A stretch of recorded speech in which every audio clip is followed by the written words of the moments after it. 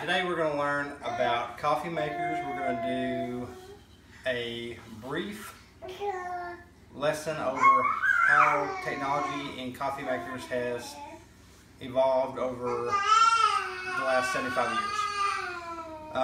Some of my sources that I got my information from were a fascinating history of coffee makers and coffee at coffeemakerspick.com, and a brief history of at-home coffee brewing by Karen Springen at Good Housekeeping.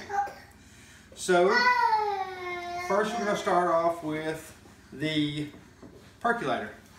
The percolator was one of the original at-home coffee makers, and the way that it works is that you put the water in the bottom of your pan here, and you would put your coffee in this little cylinder.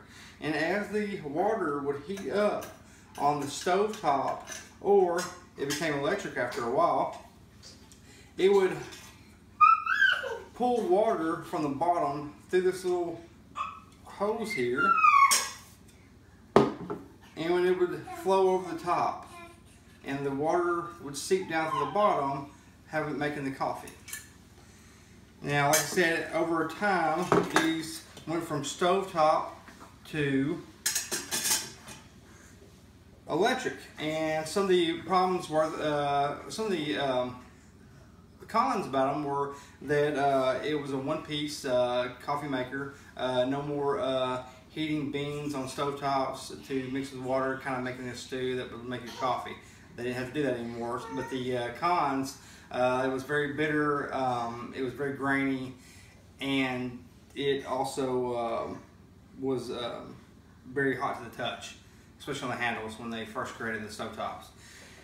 And then in the early 70s, Mr. Coffee came out with the drip coffee maker. And the way this works is that you would actually pour water into a cylinder on the side or inside the coffee maker, and what it would do was it would suck water through a hose, and it would shower it down onto the grains, kind of like a shower head, and it would just flow through the bottom out into the glass container here. And on the bottom was a hot plate, and what that did was it heated the coffee to a more fuller temperature. It would be even all the way around.